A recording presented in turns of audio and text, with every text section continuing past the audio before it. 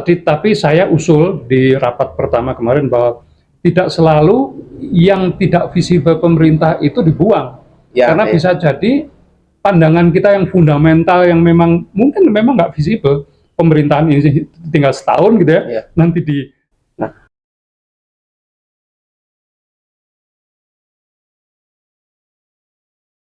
Keberadaan tim ini kan tentu suatu hal yang sebenarnya baik ya Pak ya.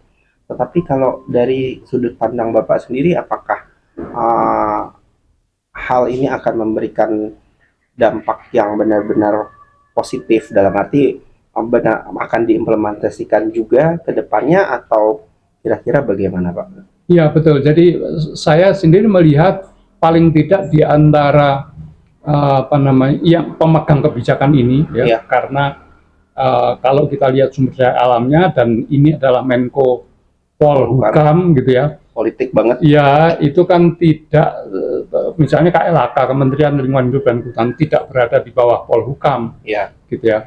Itu di bawah koordinasi yang lain. Ya. Nah, tetapi kalau kita lihat urgensinya di sana langsung berhadapan dengan masyarakat ya, maka topik-topik kayak pertanahan, kehutanan itu nyata gitu ya. Nah, oleh karena itu yang kemudian disepakati kemarin adalah karena begini, timnya itu praktis semua orang di luar pemerintahan. Oke. Jadi diharapkan oleh Pak Mahfud MD itu independen aja, merumuskan berdasarkan keahlian masing-masing gitu ya. Nah, ketika itu sudah dirumuskan, baru Menko Polhukam akan mengambil porsinya, dan yang lain kita juga sounding ke kementerian lain. Dan karena ini di akhir masa pemerintahan sekarang, gitu ya, itu juga ada agenda transformasi. Pertanyaannya, pemerintahan berikutnya mau menerima nggak usul ini, gitu ya. Tetapi yang kita pastikan di situ, kalau tidak itu diambil, problem yang nyata-nyata di lapangan, itu solusinya yang kita pikirkan seperti ini. Terserah nanti formulasinya masuk kemana. Nah, tetapi sehubungan dengan itu juga kita tahu bahwa ada perumus RPJMN, rencana jangka panjang pemerintahan, dan itu biasanya udah draft final gitu ya, menuju ke sana ya, walaupun nanti persetujuan oleh presiden baru itu sudah dirancang dan diharapkan masuk ke situ gitu. Nah, memang nanti ujungnya sangat tergantung pada politik pemerintahan berikutnya ya, sampai seberapa jauh melihat problematika kaitannya dengan 4 grup itu. Itu seperti itu. Berarti keterkaitannya ini kan, kalau tadi Bapak juga sempat sebutkan bahwa ini baru dibentuk ketika di ujung masa pemerintahan yang sekarang. Nah, boleh dibilang apakah ini terlambat menurut Bapak? Ada terlambat atau tidak, Pak? Iya, kalau dilihat dari waktu problematika muncul, hal seperti ini harusnya sih sudah lama yang lalu gitu ya. Iya. Ada paling tidak duet antara apa yang menjadi kapasitas pemerintah dengan dunia akademis, LSM segala macam di luar itu gitu ya. Nah, ke sana. Tetapi ya itu yang tadinya juga dikeluhkan oleh anggota tim yang dibentuk ini gitu ya. Tahun politik ini bikin begini, apa sih manfaatnya kira-kira gitu. Artinya kan sebenarnya ada dua aspek. Satu, mungkin merasa terlambat bahwa ini ada di ujung pemerintahan, belum lagi ada tantangan berikutnya, mau ada pergantian presiden. Betul.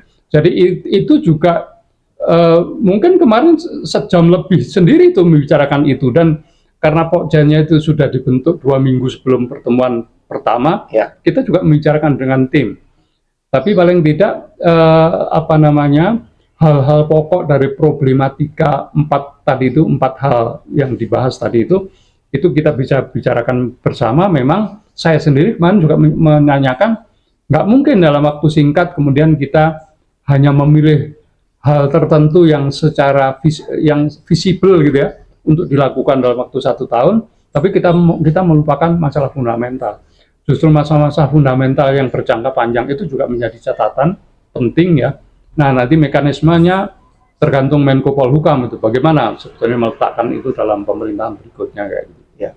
Nah, kalau Bapak sendiri sebagai pribadi yang memang sudah berkecimpung di dunia ini, kira-kira ada pandangan tersendiri untuk mengatasi keterlambatan, dan juga atau mungkin saran yang nanti akan dimasukkan di dalam hasil Pokja ini, supaya setidaknya ini benar-benar diimplementasikan gitu di pemerintahan berikutnya, Pak. Kalau secara pribadi bagaimana, Pak? Ya, ini ada satu hal begini. Ketika saya telusuri sebenarnya Ya. sebab-sebab kenapa arah regulasinya dan seterusnya itu sudah banyak disarankan dan fakta lapangan sudah terungkap tapi nggak berubah. Itu sebetulnya yang jarang dibicarakan adalah persoalan kerja birokrasi. Ya. Jadi birokrasi itu sering tidak melihat kenyataan, tetapi secara administratif dia merumuskan sebuah tema tertentu yang bisa dipertanggungjawabkan secara administratif. Di situ titiknya. Lalu kemudian yang dimaksud berhasil adalah bisa menghabiskan anggaran gitu, yang bisa dipertanggungjawabkan tentu saja sesuai dengan administrasinya. Tapi bagaimana hubungan antara anggaran itu dengan kenyataan? Nah, itu bisa tergantung pada topiknya tentu saja ya. Kalau bangunan gitu ya, ya itu mudah dilihat bagaimana kualitasnya. Tapi kalau pelaksanaan kebijakan kan abstrak sekali. Nah, itu yang tidak ditangani secara serius menurut saya, karena orientasi hal-hal seperti itu masih bersifat administrasi itu. Ya. Orang hanya mengandalkan, oh peraturannya sudah ada, mestinya mengikuti itu, ya nggak bisa mestinya gitu. Uang buktinya juga 40 juta hektar hutan nggak lestari gitu. Ya. Nah, seperti itu yang mesti harus dibicarakan juga. Dalam konteks hutan lestari dan juga distribusi hasil dari hutan itu sendiri atau distribusi dari sumber daya alam sendiri, itu kan tadi kita sempat membahas bahwa ada ketimpangan ya. Dalam konteks peraturan hukum yang ada sekarang, apakah perbaikan-perbaikannya langkahnya masih cukup? Ini konteks hukum, Pak. Apakah masih cukup panjang atau cukup banyak yang harus dilakukan atau bagaimana, Pak, kira-kira? Kalau untuk kawasan hutan forestry ya, saya lihat substansi hukumnya itu sudah sepadan dengan kapasitas pelaksanaan. Oke. Jadi kalau toh diberikan peluang lebih besar gitu ya, persoalannya kan bagaimana menghandle itu. Itu contohnya sebetulnya hutan Jawa ini ya. Ketika kemudian arealnya perhutani itu seolah dibagi dua, katakanlah begitu ya. Maka pertanyaan berikutnya adalah kapasitas pemerintahan untuk mengelola kawasan hutan di luar perhutani. Gitu. Nah, itu yang menjadi fokus, menjadi hal penting. Kita kebayang misalnya di luar Jawa kalau juga ada yang serupa, persoalannya bukan soal alokasinya, tapi juga keberadaan pemerintah yang bisa bertanggung jawab itu sampai di tingkat tapak istilahnya itu juga penting untuk memastikan bahwa itu berjalan dengan baik. Kalau secara aturan hukum, menurut Bapak apakah ada prioritas bidang-bidang atau aspek-aspek yang perlu diprioritaskan, Pak, untuk menuju hal tersebut, Pak? Ya, tentu saja. Jadi ada kan ibarat membangun sesuatu ya, kayak rumah gitu, pondasi dulu, baru dinding dan seterusnya. Nah, ini juga begitu. Jadi seperti tadi saya katakan di awal, ada sesuatu hal yang beriringan dengan proses ini. Misalnya cara mengukur kinerja. Kalau cara mengukur kinerja itu bobot administrasinya masih tinggi, ya serapan anggarannya oke, itu belum tentu sebenarnya apa yang terjadi di lapangan itu seperti itu, gitu kira-kira. Jadi orientasinya harus diubah, istilahnya itu outcome based policy. Orientasi orang kerja itu disebut berhasil bukan laporannya, tapi lihat kenyataan di lapangan gitu ya. Nah, itu konteks seperti itu. Lalu kita tahu bahwa kebutuhan masyarakat ini kan nggak bisa ditangani satu sektor. Ketika kita melihat masyarakat, ya mulai dari pendidikan anak, kesejahteraan yang lain, ada infrastruktur, ada macam-macam di situ. Nah, sementara kita tahu bahwa perizinan yang terkait dengan sumber daya alam, sumber daya hutan, itu hanya satu aspek. Nah, kemudian bagaimana integrasi pelayanan masyarakat sehubungan dengan itu semua, itu kan satu hal juga yang penting yang seringkali ketika membahasnya sektor seperti ini gitu ya, itu nggak lengkap.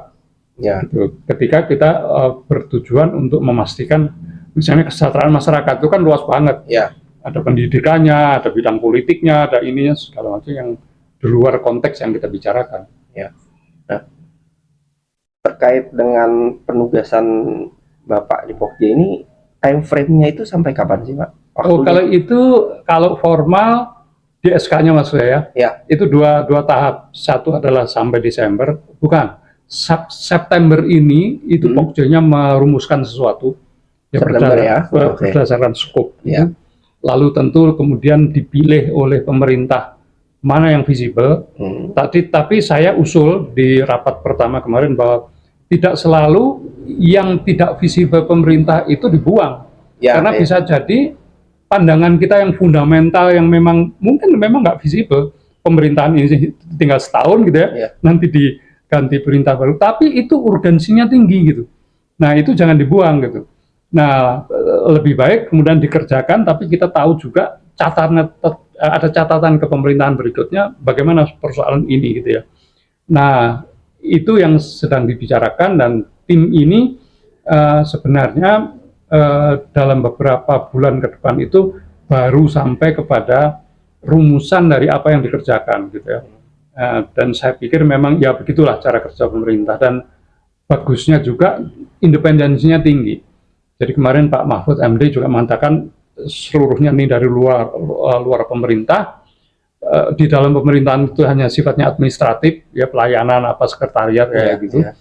Diharapkan sebetulnya dengan seperti itu tidak terjepit pada soal lingkup tugas pokok fungsi gitu ya. Kita betul-betul substansial di lapangan lalu disatukan gitu. Nah sebetulnya konstruksi dari timnya sudah bagus kalau saya lihat, dengan apa namanya expertise teman-teman ya yang di luar itu bisa seutuhnya masuk ke sana. Nah, itu tadi sampai September.